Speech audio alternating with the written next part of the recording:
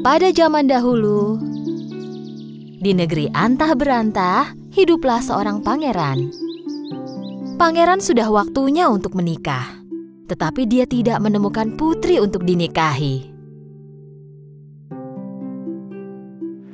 Dia berkeliling dunia untuk mencari putri calon istri. Semua putri dari kerajaan tetangga pun datang ke istana raja untuk bertemu sang pangeran. Tapi pangeran tidak menemukan putri yang tepat.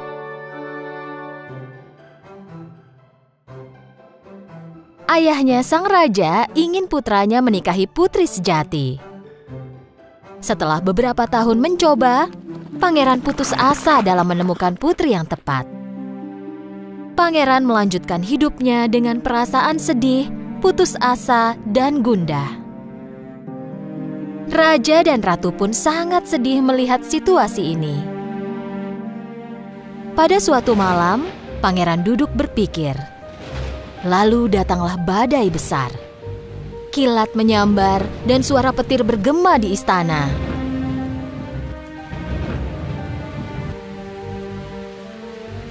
Pangeran tidak bisa tidur melihat kilat yang menyambar dari jendelanya. Tapi selain itu, dia terus memikirkan tentang putri yang akan menjadi calon istrinya. Di tengah-tengah suara berisik itu, salah seorang pelayan menyadari adanya suara ketukan di pintu. Pelayan membuka pintu dan melihat seorang gadis muda sedang menggigil dan basah kuyup.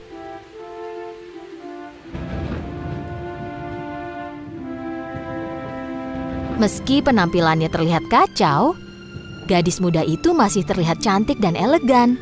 Dan dengan susah payah dia bicara. "Bolehkah aku masuk? Aku sendirian, aku tersesat di hutan." Pelayan merasa kasihan lalu berlari dan menyampaikan berita itu kepada raja dan ratu. Kita tak boleh menolak pengunjung saat sudah larut begini. Bawa dia masuk. Raja segera memberitahu dan memerintahkan prajurit untuk membuka pintunya. Penjaga membawa gadis itu ke ruang tamu istana dan menempatkannya di depan perapian. Melihat pakaian gadis itu basah, ratu memerintahkan pelayan untuk membawakan pakaian yang pantas untuk gadis itu.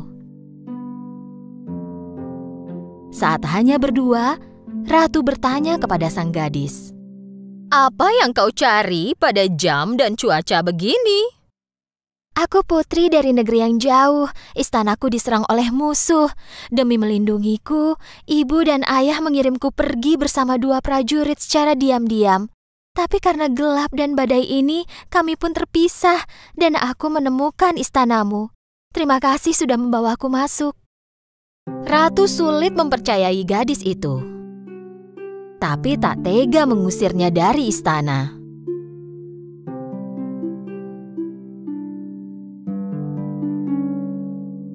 Pangeran penasaran ingin melihat siapa gadis misterius itu. Pangeran ingin bertemu dengannya. Pada saat itu, sang gadis mengenakan gaun yang diberikan ratu. Rambutnya sudah kering dan kini merasa kembali sebagai dirinya. Sekarang dia terlihat lebih elegan dan cantik. Ketika pangeran memasuki ruangan, dia tak percaya melihat betapa cantik dan elegannya sang gadis. Tapi dia masih ingin meyakinkan bahwa gadis itu benar-benar seorang putri. Ratu mengatakan dia akan menangani situasi tersebut dan mencari tahu apakah gadis itu putri sejati. "Kita akan tahu malam ini apakah dia putri sejati." Pangeran dan putri berbincang-bincang hingga malam. Pangeran mulai menyukai sang gadis itu ketika semakin dia mengenalnya. Ratu menyiapkan kamar tamu untuk sang gadis dan menaruh sebutir kacang polong di bawah 7 kasur yang ditumpuk. Gadis itu tidur di tempat tidur aneh yang sudah disiapkan untuknya.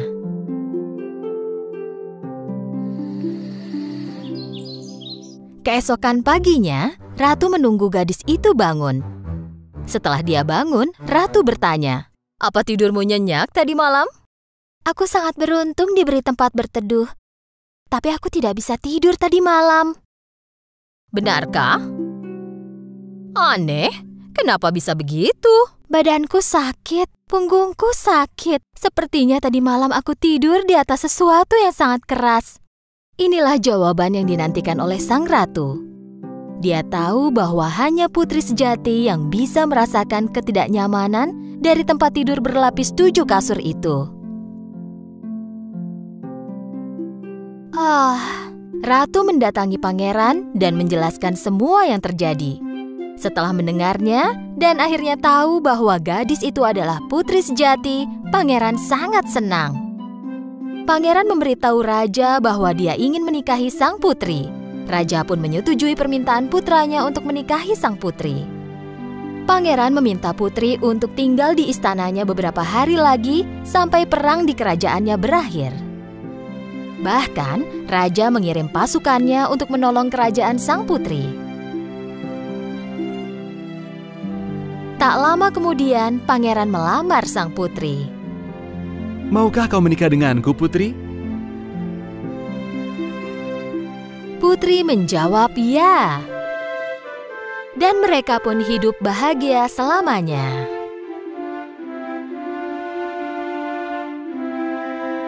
Malam itu, pangeran menaruh kacang polong itu dalam kotak kaca dan memajangnya di sudut terbaik istana. Selama beberapa tahun, kacang polong itu dikunjungi orang-orang yang percaya pada cinta sejati. Kisah pangeran dan putri ini diceritakan selama bertahun-tahun kemudian.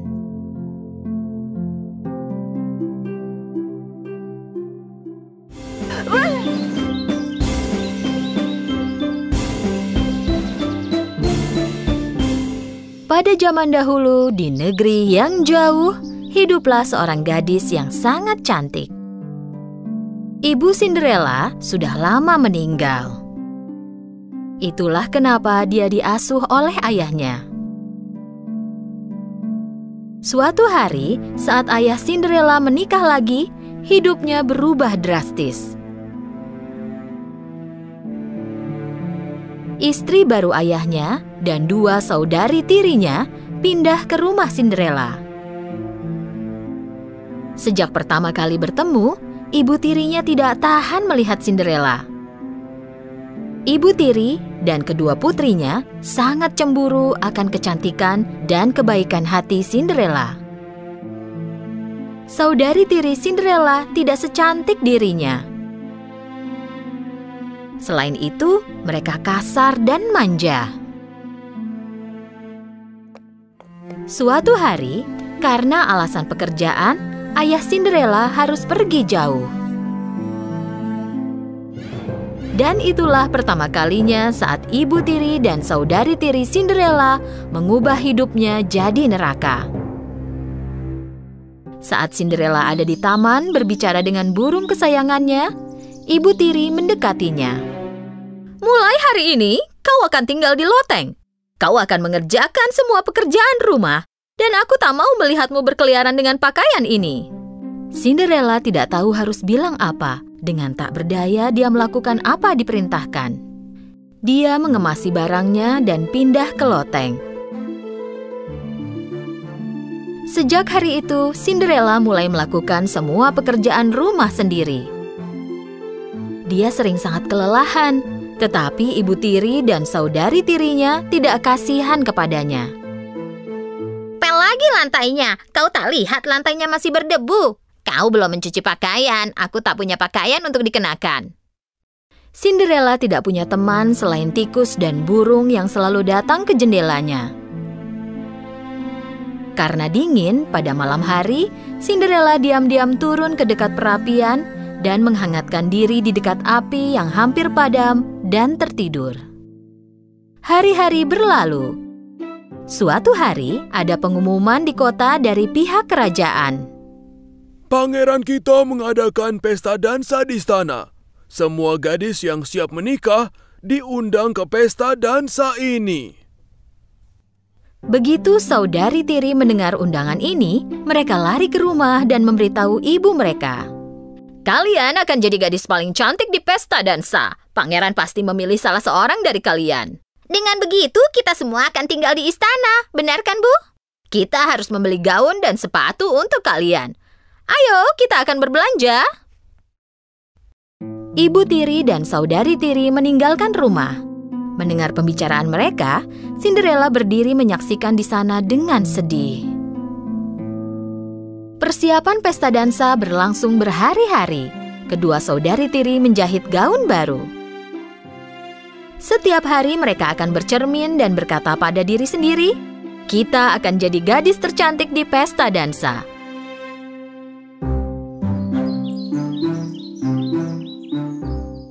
Akhirnya hari besar itu pun tiba. Saudari tiri bangun sangat pagi dan mereka pun memanggil Cinderella. "Cinderella, Cinderella, cepatlah kemari. Kau dari mana saja? Cepatlah dan siapkan air mandi kami." Sepanjang hari itu, Cinderella membantu saudari tirinya bersiap-siap. "Hei, sisir dengan perlahan, kau akan mencabut rambutku."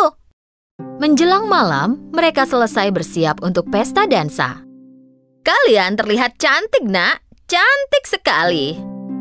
Cinderella memberanikan diri dan bertanya kepada ibu tiri.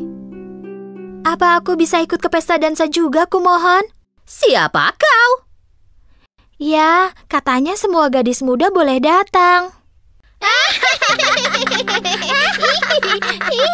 "Ini gaun pesta dansamu. Pangeran mencari istri, bukan pembantu, sayang." "Ayo anak-anak, jangan sampai kita terlambat ke pesta dansa. Dan pastikan kau menyelesaikan semua tugas sebelum tidur." Ibu tiri dan saudari tiri Cinderella pergi ke istana. Dan Cinderella menangis di rumah sendirian. "Kenapa aku tak bisa pergi ke istana juga? Jika orang tuaku di sini, hal ini pasti tak akan terjadi." Tepat saat itu, muncul cahaya yang menyilaukan. Awalnya Cinderella tidak mengerti apa itu. Dia melihat ke cahaya itu. Lalu tiba-tiba muncul peri cantik di tengah-tengah cahaya. "Cinderellaku yang cantik, jangan menangis. Kau juga akan pergi ke pesta dansa di istana." Cinderella tak percaya pada apa yang dia lihat. Dia bertanya sambil terkejut, "Apa aku bisa pergi? Lihat diriku." "Jangan khawatir, aku di sini membantumu. Sekarang bawakan sebuah labu dan 7 tikus." Cinderella tak mengerti kenapa peri menginginkannya, tetapi dia melakukan sesuai perintah peri. Pertama-tama dia pergi ke dapur dan mengambil sebuah labu. Lalu pergi ke loteng, mengambil teman-teman tikusnya dan turun kembali. Dengan tongkat ajaibnya, peri mengubah labu menjadi kereta kuda yang indah. Lalu mengubah tikus. Seekor tikus diubah menjadi kusir, dan 6 tikus diubah menjadi kuda putih yang indah. Dengan kagum, Cinderella melihat kereta kuda yang telah diubah peri untuknya. Saat tongkat ajaib peri menyentuh Cinderella, gaun lamanya berubah menjadi gaun pesta dansa.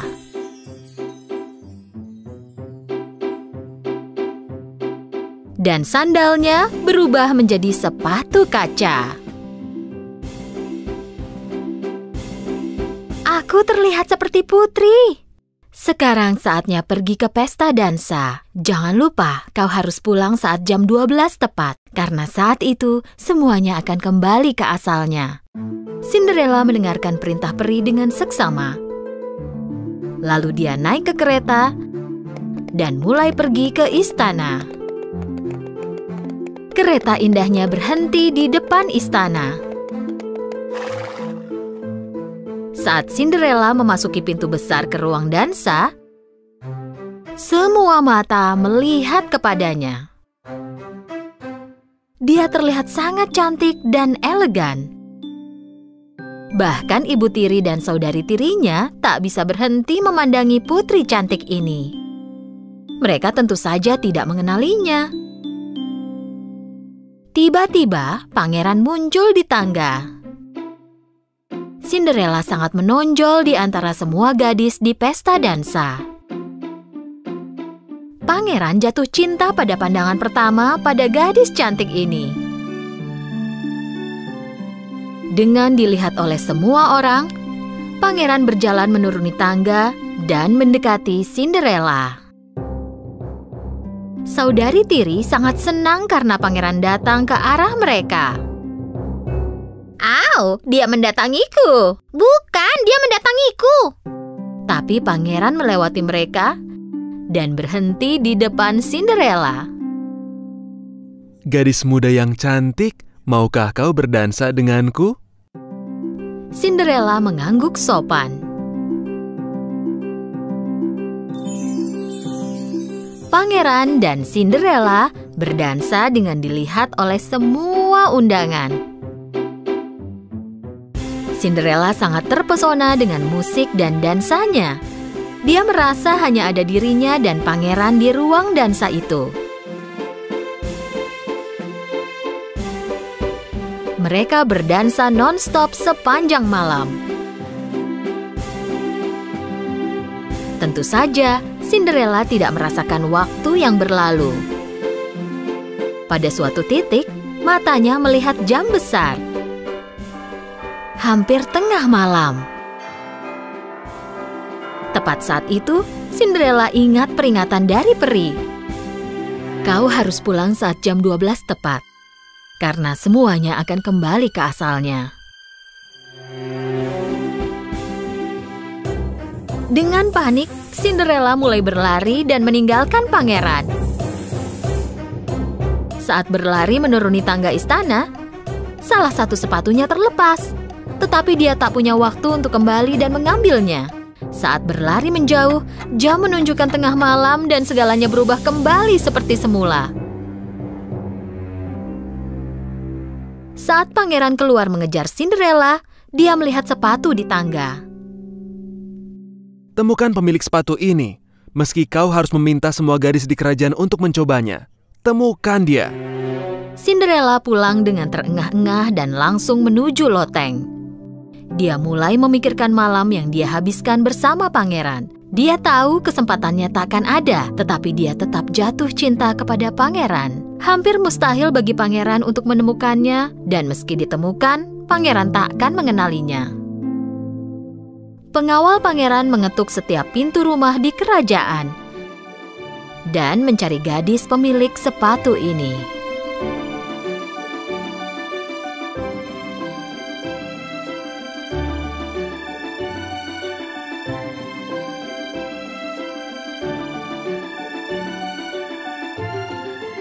Tetapi sepatu itu tidak pas di kaki para gadis ini.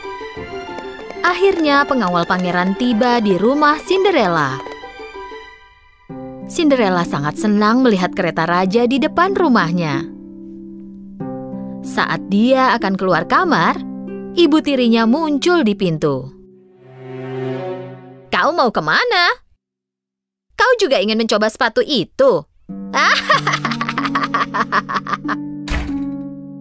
Sambil tertawa jahat, ibu tiri mengunci pintu loteng. Tidak, jangan pergi. Kumohon buka pintunya. Menyedihkan sekali. Apa yang akan pangeran sukai darimu? Pengawal membiarkan saudari tiri kurus mencoba sepatu, tetapi kekecilan. Lihat betapa pasnya sepatu ini. Lalu saudari tiri gemuk mencobanya, tetapi kaki gemuknya bahkan tak bisa masuk ke sepatu itu. Mungkin jika kita mencobanya di kakiku yang lain. Apapun yang mereka lakukan, tidak ada yang berhasil. Upaya terakhir Cinderella adalah kabur lewat jendela, tetapi terlalu tinggi. Jadi dia mulai menangis. Melihat Cinderella menangis, teman-teman tikusnya datang. Ibu tiri mengurungku. Dia pasti punya kuncinya.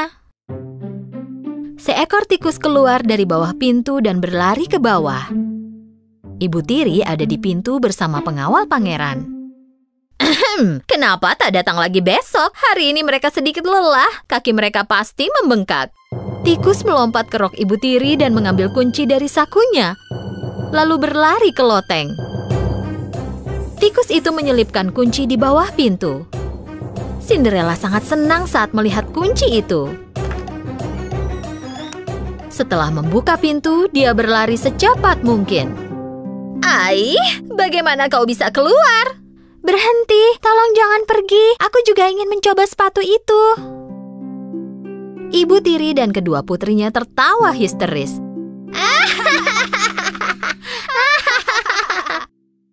Tolong diam. Perintah pangeran adalah agar semua gadis di kerajaan ini mencoba sepatunya. Saat Cinderella mencoba sepatu itu, semua orang kaget. Karena sepatu pas sekali. Gadis muda, apa kau pemilik sepatu ini? Cinderella mengangguk mengiyakan. Silakan ikut kami ke istana. Cinderella pergi ke istana bersama pengawal pangeran, dan mereka membawanya kepada pangeran. Saat pangeran menatap mata Cinderella, dia tahu gadis itulah yang berdansa bersamanya malam itu. Pangeran memegang tangan Cinderella. Akhirnya aku menemukanmu. Maukah menikah denganku? Dengan mata haru karena bahagia, Cinderella menerima lamaran pangeran. Mereka menikah dan hidup bahagia selamanya. Pada zaman dahulu, hiduplah seorang raja yang memiliki 12 putri cantik. Kedua-belas putri ini tinggal bersama di kamar yang cantik dan besar. Raja melindungi putri-putrinya dengan sepenuh hatinya, dan saat waktunya tidur di malam hari, putri-putrinya tidak diizinkan keluar.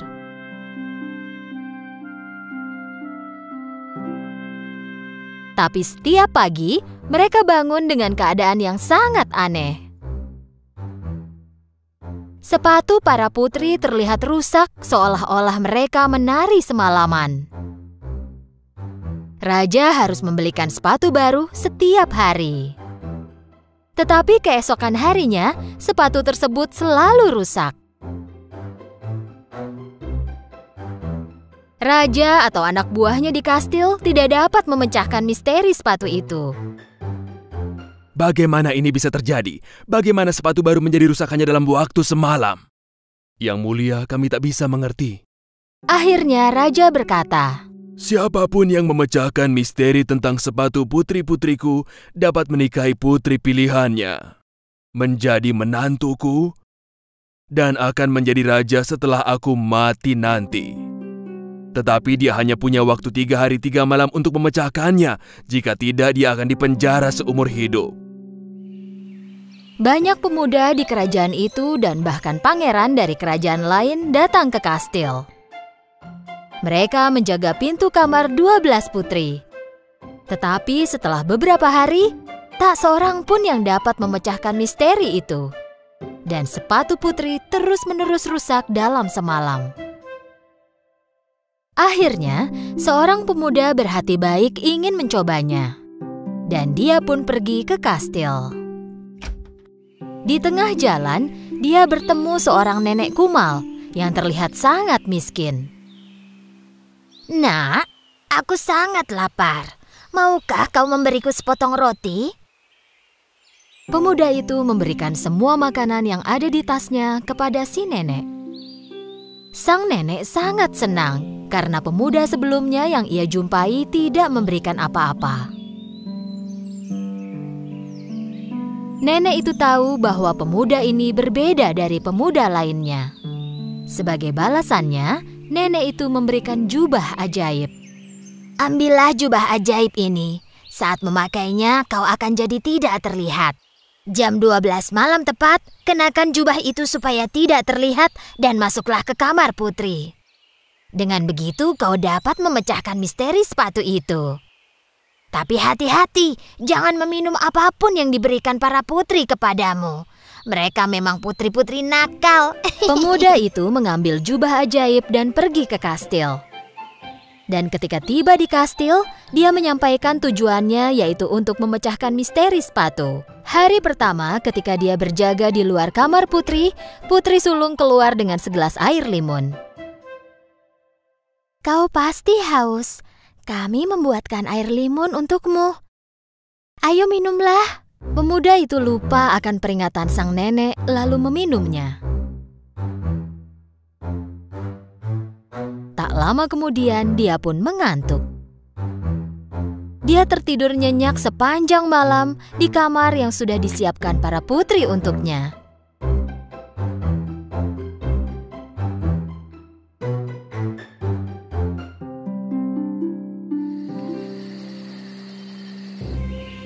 Ketika pagi datang, pemuda itu bangun dengan panik. Aku seharusnya memakai jubah ajaib dan masuk ke kamar Putri. Pada malam kedua, pemuda itu berjaga lagi di depan kamar Putri. Kali ini putri lainnya keluar dengan membawa segelas jus. Pemuda itu sangat haus ketika berjaga dan menunggu malam semakin larut. Tanpa berpikir, ia pun meminum semua jus yang diberikan kepadanya. Dan tentu saja, dia pun tertidur lagi. Keesokan paginya saat bangun, ia pun ingat pesan sang nenek. Hati-hati, jangan minum apapun yang diberikan putri kepadamu. Pasti ada obat tidur dalam minuman yang diberikan Putri itu. Pada saat itu raja mendatangi sang pemuda. 2 hari berlalu dan kau masih belum memecahkan misteri sepatu itu. Jika kau gagal hari ini, kau akan dipenjara seumur hidupmu. Raja mengakhiri ucapannya lalu pergi. Pemuda itu harus memecahkan masalah sepatu itu hari ini. Malam itu untuk terakhir kalinya, pemuda itu berjaga di depan pintu kamar Putri. Kali ini putri bungsu keluar dengan membawa segelas jus jeruk. Tetapi sang pemuda sekarang sadar, dia mengambil gelasnya, mengucapkan terima kasih kepada putri. Dan ketika putri itu pergi, dia membuang jus jeruk itu ke pot di sampingnya. Kali ini dia berdiri tegak. Malam semakin larut dan tengah malam pun tiba. Pemuda itu memakai jubahnya dan dia segera menjadi tidak terlihat. Perlahan dia membuka pintu dan tidak percaya pada apa yang dia lihat. Semua putri mengenakan pakaian dansa tercantik mereka. Rambut tertata dan wajah dirias cantik sambil mengenakan sepatu baru. Coba lihat apakah pemuda di depan pintu itu sudah tidur? Salah seorang putri membuka pintu dan melihat keluar. Dan putri lainnya menempelkan telinganya ke dinding. Pada saat itu, sang pemuda tahu dia harus mengeluarkan suara mengorok.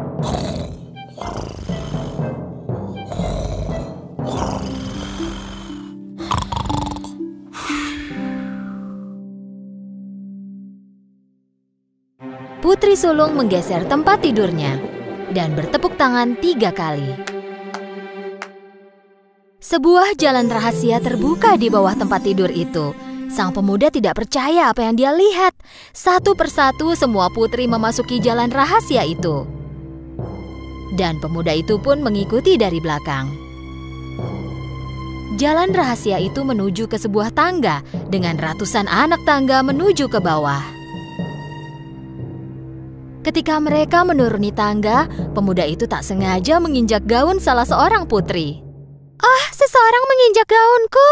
Tidak mungkin, mungkin kau sendiri yang menginjaknya. Ketika anak tangganya habis, mereka pun tiba di hutan. Mereka berjalan melewati pohon-pohon dengan ranting perak yang indah. Pemuda itu mengambil sebuah ranting dan terus mengikuti putri. Setelah berjalan lama, mereka berhenti di tepi sebuah sungai. Di sungai itu, ada 12 perahu berbentuk angsa dan di dalamnya ada 12 pangeran yang menunggu para putri. Para putri menaiki perahu dan pemuda itu naik ke perahu terakhir. Perahu ini seperti lebih berat dari biasanya. Seperti ada tambahan orang di atasnya. Aneh. Oh, berhentilah bermimpi. Setelah menyeberangi sungai, mereka tiba di sebuah kastil besar yang berkilau. Dan mereka dapat mendengar suara musik mengalun dari dalam kastil. Saat melihat melalui jendela, pemuda itu melihat banyak orang menari. Begitu mereka memasuki kastil, para putri pun mulai menari. Mereka tak pernah terlihat lelah dan terus menari. Tentu saja sepatu mereka mulai rusak. Sang pemuda tidak kuasa menahan lapar lagi. Jadi dia mengambil sepotong kue di meja dan mulai makan. Putri bungsu melihat hal ini. Hei, kueku! Melayang seperti ada orang tak terlihat memakannya. Sudahlah, jangan bicara ngawur. Pemuda itu mengambil cangkir emas dari meja tanpa ada yang memerhatikan. Para putri menari sampai pagi. Para putri menaiki perahu, menyeberangi sungai. Berjalan menembus hutan, menaiki tangga yang sangat panjang, dan akhirnya kembali ke kastil. Tetapi sepatu mereka sudah rusak seperti biasanya. Pemuda itu sangat senang karena akhirnya dapat memecahkan misteri sepatu yang rusak.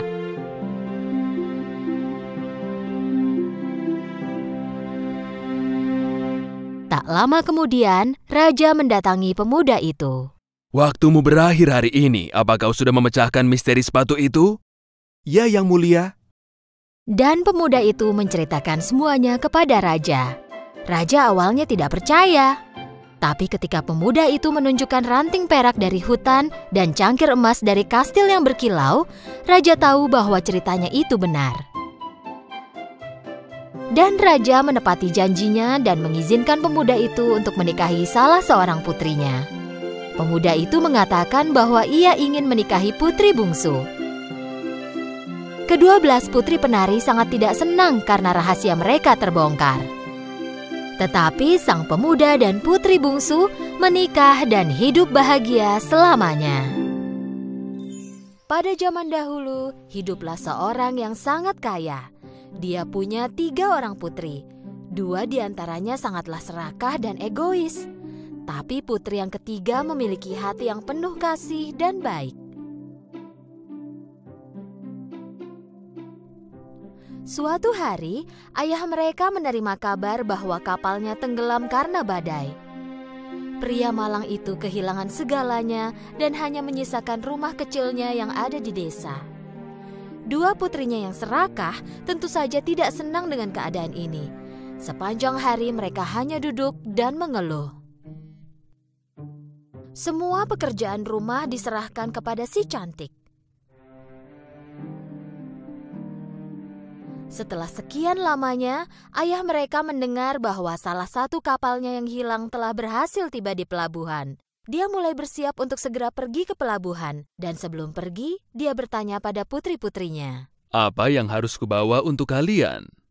Gaun, sepatu, kalung, gelang. Dan kamu, cantik? Apa yang kau inginkan? Setangkai mawar saja sudah cukup, ayah. Ayah mereka tiba di pelabuhan setelah berjalan jauh, tapi barang yang ada di kapal itu hilang, bahkan kapalnya pun tidak dapat digunakan lagi. Dengan sedih dan lelah, dia melanjutkan perjalanan pulang. Hari hampir gelap saat dia mencapai hutan. Hutan itu gelap dan dingin. Salju pun turun. Sang ayah menunggangi kudanya berjam-jam di atas salju.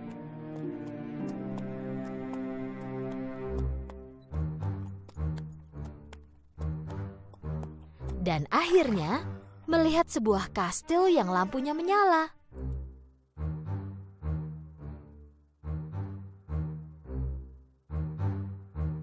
Dia masuk, berharap penghuninya dapat membantu. Tapi kastil itu aneh. Lampunya menyala di mana-mana. Meja makan dipenuhi dengan makanan dan perapiannya pun menyala. Tapi tak terlihat seorang pun di sana. Dia memanggil-manggil tapi tak seorang pun yang menjawab. Akhirnya, karena tidak bisa menunggu lagi, dia memakan makanan dari meja lalu tidur di salah satu tempat tidur.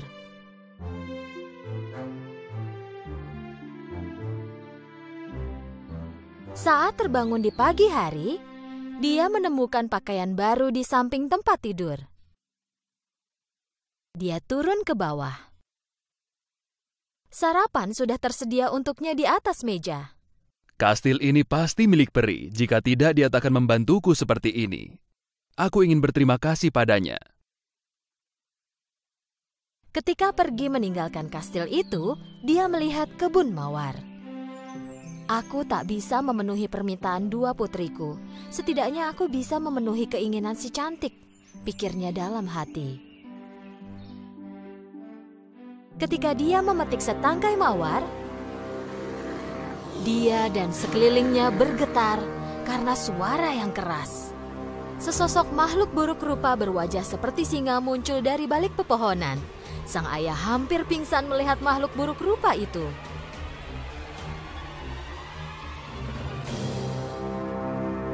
Aku menyelamatkan hidupmu, memberimu makan, memberimu pakaian baru, dan kau malah mencuri mawarku. Beginikah caramu berterima kasih? Sang ayah berlutut dan memohon kepada si buruk rupa, mengatakan bahwa dia ingin membawa setangkai mawar itu untuk putrinya. Perbuatanmu ini akan tetap dihukum. Tolong maafkan aku. Aku akan memaafkanmu dengan satu syarat. Bicaralah pada putri-putrimu. Jika salah seorang dari mereka setuju untuk tinggal di sini bersamaku, aku akan membiarkan kau hidup. Sang ayah melompat ke atas kudanya menuju rumahnya dengan sedih. Ketika tiba di rumah, kedua kakak yang serakah itu mendengarkan kisah menakutkan yang dialami ayahnya, tapi tidak mau memenuhi syarat dari si buruk rupa itu. Tapi si cantik tidak berlaku seperti kakaknya. Ayah, jika boleh, aku akan tinggal bersama si buruk rupa itu. Kedua kakaknya langsung menerima usul si cantik, karena mereka pikir bahwa semua yang terjadi itu karena kesalahannya. Dengan sedih dan tak berdaya, sang ayah membawa si cantik menuju kastil itu. Ketika mereka tiba, semuanya terlihat seperti sebelumnya. Makanan tersaji di meja dan tidak ada seorang pun terlihat. Ketika mereka duduk dan mulai makan, si buruk rupa datang. Si cantik mulai gemetar, ketakutan. Karena si buruk rupa itu benar-benar menakutkan seperti cerita ayahnya. Si buruk rupa bertanya dengan suara yang lembut. Apa kau datang ke sini dengan keinginanmu sendiri? Iya. Kalau begitu, besok pagi ayahmu akan pergi dan takkan pernah kembali lagi. Saat si cantik bangun esok paginya, dia tahu bahwa ayahnya sudah pergi dan dia menemukan sarapan tersedia untuknya di atas meja. Si cantik berkeliling taman sebentar. Dia merasa sedih ketika melihat mawar. Lalu dia berkeliling kastil. Salah satu pintu penuh dengan mawar. Dia penasaran.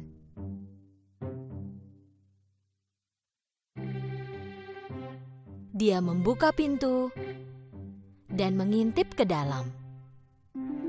Ruangan itu didekorasi persis seperti yang dia sukai dan penuh dengan buku, bunga, dan alat musik. Dia pikir bahwa seseorang yang bisa menata ruangan seperti ini takkan mungkin menyakiti siapapun. Lalu dia mengambil sebuah buku. Pada buku itu tertulis dengan tinta emas, "Ratuku sayang, keinginanmu adalah perintahku." Kuharap aku bisa melihat ayahku sekarang. Setelah si cantik mengucapkannya, ayahnya terlihat di cermin yang ada di ujung ruangan. Si cantik sangat terkejut. Melihat ayahnya di cermin membuatnya bahagia lagi. Malam itu saat makan malam, si buruk rupa datang lagi. Bolehkah aku melihatmu, cantik? Kaulah pemilik tempat ini. Kenapa bertanya padaku? Tidak, kaulah pemilik kastil ini sekarang. Jika kau mau, aku bisa meninggalkanmu sekarang juga. Si cantik sangat kaget dengan jawaban si buruk rupa. Aku ingin bertanya, apakah aku sangat jelek? Awalnya si cantik tidak tahu harus jawab apa. Lalu dia memandang si buruk rupa dan mengangguk seolah mengatakan ya. Maukah kau menikah denganku? Kali ini si cantik menjawab dengan kasar. Tidak. Si buruk rupa dengan sedih meninggalkan si cantik sendirian. Si buruk rupa mengunjungi si cantik setiap makan malam dan memperlakukannya dengan sangat baik. Seiring waktu, si cantik semakin terbiasa dengan keberadaan si buruk rupa. Kuharap dia tak sejelek itu. Beberapa bulan pun berlalu. Si cantik tidak lagi takut pada si buruk rupa. Dia bahkan mulai menyukainya. Tapi suatu hari, dia melihat di cermin bahwa ayahnya jatuh sakit. Dia berlari kepada si buruk rupa dan meminta izin untuk pulang karena dia ingin merawat ayahnya yang sakit. Tentu saja kau bisa pergi. Tapi jika kau tak kembali, aku mungkin meninggal karena sedih. Aku akan kembali dalam seminggu, aku janji. Si buruk rupa memberi sebuah cincin kepada si cantik. Di malam saat si cantik meletakkan cincin ini di meja dan tertidur, dia akan terbangun dan berada di kastil kembali. Keesokan paginya, si cantik terbangun di tempat tidurnya sendiri di rumah ayahnya. Dia segera berlari ke kamar ayahnya. Saat ayahnya melihat si cantik, dia sangat senang sehingga merasa baikan. Di sore hari, kakak-kakak si cantik yang baru saja menikah datang mengunjungi ayah mereka. Ketika mereka melihat si cantik di rumah, mereka dipenuhi rasa iri dan marah. Dan mereka memutuskan untuk mempermainkan si cantik. Kita buat supaya dia tinggal seminggu lagi, biar si buruk rupa datang dan membunuhnya. Kedua kakak itu datang mendekati si cantik. Sambil menangis, mereka mengatakan bahwa mereka tidak mau berpisah lagi. Si cantik berjanji untuk tinggal seminggu lagi. Tak lama kemudian, si cantik menyadari bahwa dia merindukan si buruk rupa. Suatu hari, dia bermimpi melihat si buruk rupa tergeletak tak bernyawa di kebun kastil. Dia terbangun dipenuhi keringat dingin. Yang kulakukan ini jahat dan egois. Jadi dia segera melepaskan cincin itu dari jarinya, menaruhnya di atas meja di sampingnya, lalu terbangun di kastil si buruk rupa pada esok harinya. Si cantik menunggu si buruk rupa seharian, tapi dia tak terlihat dimanapun. Ia menunggu berjam-jam, tapi si buruk rupa tidak datang. Tiba-tiba, dia berlari ke taman. Si buruk rupa tergeletak tak bernyawa di tanah, persis seperti mimpinya. Si cantik berlari mendekati si buruk rupa dan memeluknya. Jantung si buruk rupa masih berdetak. Dia tak bisa membuka mata dan kesulitan berbicara. Kupikir kau tak akan kembali. Aku berhenti makan dan bersiap untuk mati. Tapi aku mencintaimu dan ingin menikah denganmu. Pada saat itu juga, sesuatu yang ajaib terjadi. Tiba-tiba kastil menjadi lebih terang dan lebih indah. Si cantik melihat sekeliling dengan tertegun lalu berpaling kembali pada si buruk rupa. Tapi di tempat si buruk rupa tadi terbaring, ada seorang pangeran muda dan tampan. Saat si cantik melihatnya, dia mulai menangis. Siapa kau? Dan kemana perginya si buruk rupa? Pangeran itu berdiri dan mulai bercerita. Akulah si buruk rupa, seorang penyihir jahat mengutukku. Dia mengubahku menjadi si buruk rupa. Jika kau tidak bilang bahwa kau ingin menikah denganku, aku pasti akan hidup sebagai si buruk rupa selamanya. Saat si cantik mendengarnya, dia senang sekali. Dengan kebaikan hatinya, dia menemukan cinta sejati. Si cantik dan pangeran menikah dan hidup bahagia selamanya. Pada zaman dahulu, ada sebuah istana yang indah di negeri antah berantah. Di istana yang megah ini, hiduplah ratu yang paling cantik. Ratu punya satu permohonan agar dia bahagia, yaitu ingin memiliki bayi perempuan yang cantik. Suatu hari di musim dingin, saat ratu menjahit di dekat jendela, dia tiba-tiba tertusuk jarum. Dia segera mengusap darahnya dengan selembar kapas, dan saat itu dia mengucapkan permohonan. Aku berharap punya bayi perempuan yang kulitnya seputih salju, matanya lebih cerah dari permata paling berkilau, bibir semerah ceri, dan hatinya penuh sukacita. Dan suatu hari, permohonan ratu baik itu menjadi kenyataan. Dia melahirkan seorang bayi perempuan yang cantik. Mereka menamainya Putri Salju. Tahun berlalu dengan cepat, tetapi kebahagiaan mereka tidak berlangsung lama. Ratu baik hati jatuh sakit dan tak lama kemudian meninggal dunia. Tak berapa lama, raja semakin tua dan menjadi sangat lemah. Jadi dia menikah lagi dengan seorang perempuan. Ratu baru ini cukup cantik, tapi hatinya jahat. Dia seorang wanita yang sombong dan pencemburu.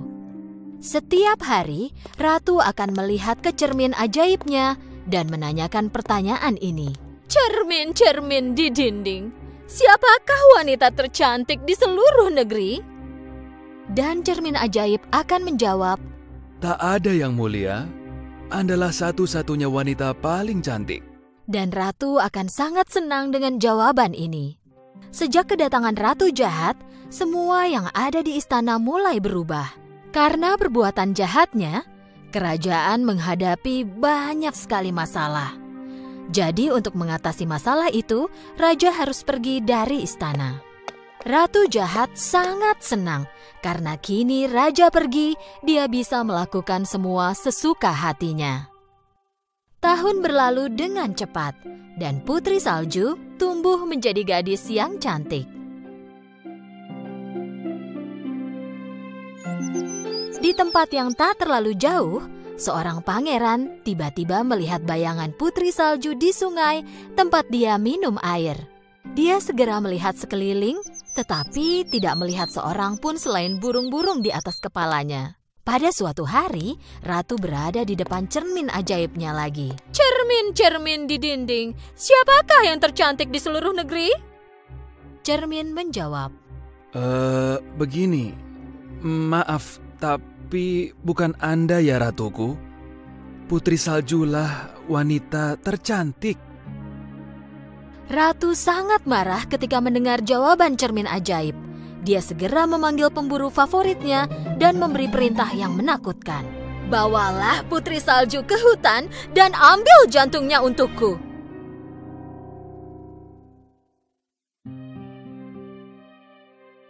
Prajurit membawa Putri Salju ke hadapan ratu. Selamat datang Putri Salju. Kupikir kau bosan di dalam istana. Pergilah cari udara segar di hutan. Jangan khawatir, pemburuku yang terpercaya akan menjagamu. Pemburu membawa Putri Salju ke dalam hutan. Dia harus melakukan apa yang diperintahkan ratu.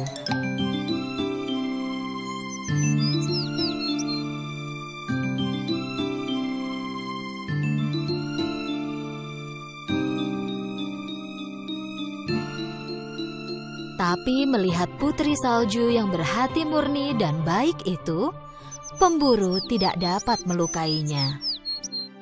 Pemburu memperingatkan Putri Salju agar jangan kembali ke istana. Saat matahari terbenam, dia meninggalkan Putri Salju di hutan dan kembali ke istana. Putri Salju sangat takut di hutan gelap itu sendirian. Dia duduk di bawah pohon dan mulai menangis. Sampai akhirnya, dia tertidur. Di pagi harinya, Putri Salju terbangun oleh kicauan burung dan banyak sahabat hewan kecil yang mengelilinginya. Karena hewan-hewan ini tahu dan mencintai Putri Salju, mereka menunjukkan jalan padanya. Mereka membawa Putri Salju ke rumah mereka yang juga sekecil tubuh mereka. Dengan ragu, Putri Salju membuka pintu. Semua yang ada di dalam rumah itu berukuran sangat kecil dan berantakan. Putri Salju tak bisa menebak siapa pemilik rumah itu, tapi dia tak punya tempat tujuan lain. Jadi dia memutuskan untuk bersih-bersih.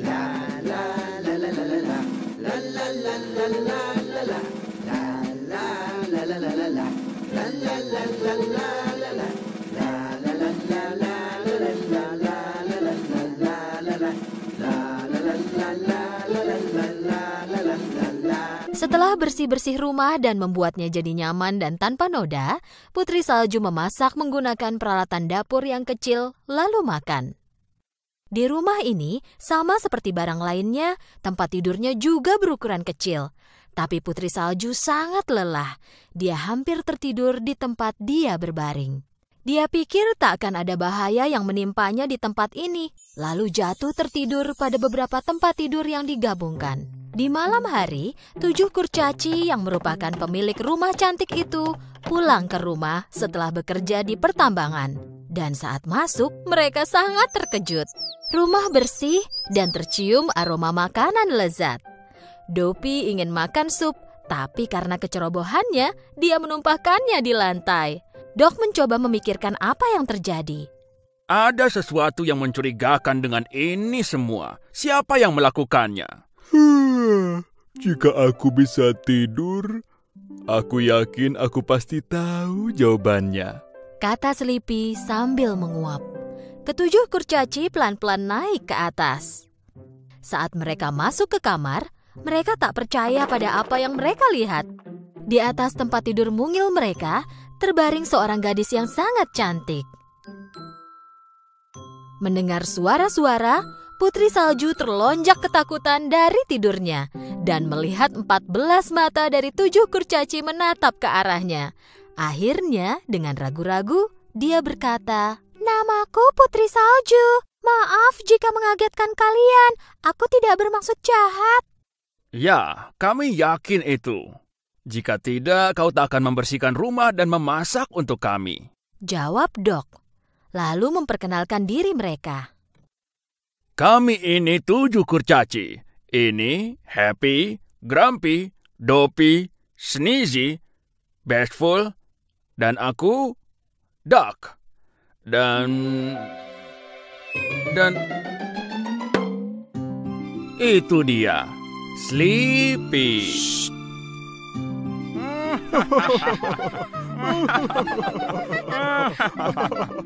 Putri Salju senang sekali karena punya 7 orang teman lagi yang menyenangkan.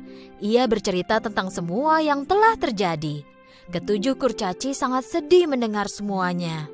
Mereka meminta Putri Salju tinggal bersama mereka. Putri Salju setuju dan selalu membantu.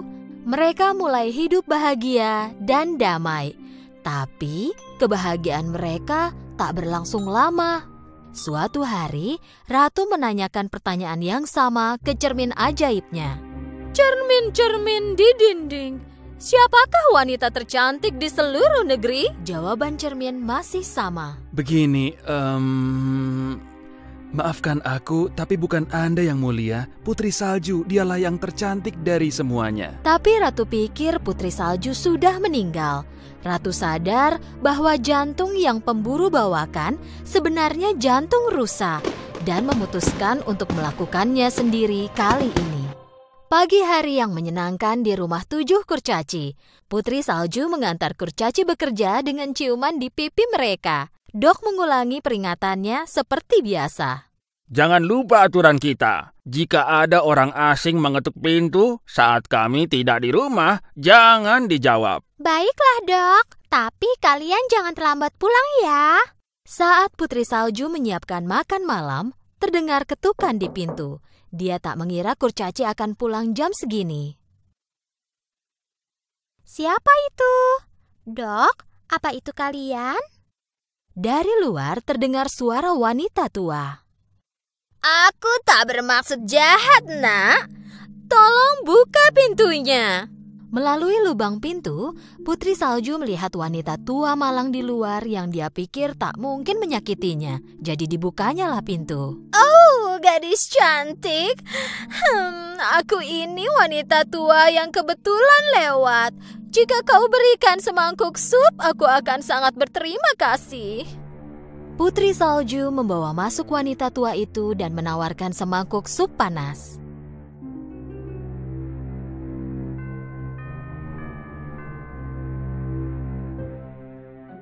Terima kasih, sayang. Aku tak punya uang, tapi punya apel merah cerah paling lezat untukmu. Satu gigitan akan terasa seperti surga. Putri Salju menggigit apel itu karena penasaran. Dan setelah digigitnya, dia pingsan dan jatuh di lantai. Wanita tua itu tak lain adalah ratu jahat yang menyamar.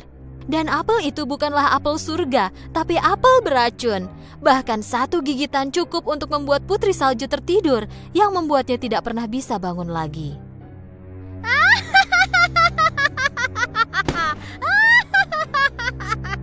Ketika 7 kurcaci pulang, mereka menemukan Putri Salju terbaring di lantai.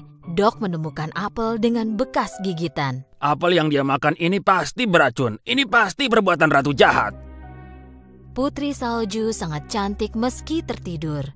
Kurcaci menaruhnya di dalam kotak kaca yang terbuat dari permata mulia. Dan mereka menaruhnya di atas bukit di mana semua temannya di hutan bisa melihatnya. Suatu hari pangeran datang ke hutan itu tempat Putri Salju tertidur. Teman-teman Putri Salju menunjukkan jalan dan membawa pangeran ke kotak kaca tempat Putri Salju tertidur. Pangeran tak percaya pada apa yang dia lihat.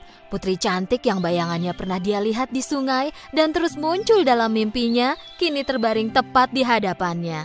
Dia mengangkat tutup kotak itu dan mencium Putri Salju. Saat itu juga, mimpi Putri Salju dan pangeran menjadi kenyataan. Cinta mereka mengalahkan kutukan dan Putri Salju membuka matanya. Di saat yang sama, setelah tahu apa yang terjadi pada putrinya, Raja memecahkan cermin ajaib dan mengusir ratu jahat sejauh mungkin dari istana. Putri Salju akhirnya kembali ke istananya dan berkumpul lagi dengan ayahnya. Putri Salju dan pangeran melakukan pernikahan yang megah. Raja, Putri Salju, pangeran, dan 7 kurcaci, mereka semua hidup bahagia selamanya.